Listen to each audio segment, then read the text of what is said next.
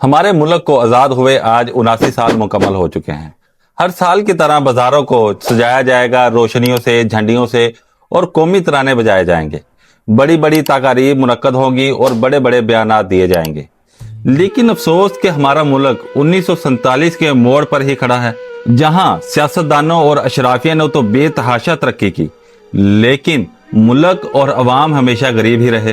جہاں تقریباً 50% لوگ غربت کی لکیر سے نیچے زندگی گزارنے پر مجبور ہیں، اور جہاں ایک غریب آدمی گرمی میں چلتے ہوئے پنکھے کو دیکھ کر ہوا سے زیادہ بجلی کے بل سے پریشان ہو جاتا ہے۔ ایک غریب آدمی صبح اٹھتا ہے تو اسے سب سے زیادہ پریشانی اپنے بچوں کی روٹی، کپڑے اور بنیادی ضروریات کی لگ جاتی ہے۔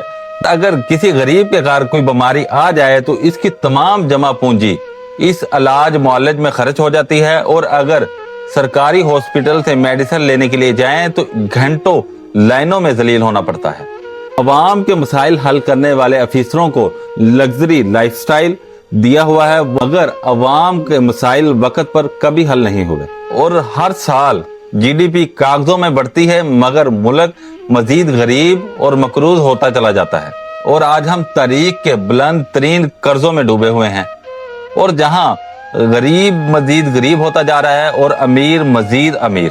میری دعا ہے کہ اللہ پاک ہمارے سیاستدانوں کو، اشرافیہ کو اور افیسرز کو صاف اور سچی نیت عطا فرمائے، تاکہ وہ ہمارے ملک کو ان ممالک کی اقوام کے ساتھ کھڑا کر سکیں جو کبھی ہم سے بہت پیچھے تھے۔ آمین۔ پاکستان زندہ باد، پاکستان پائندہ باد۔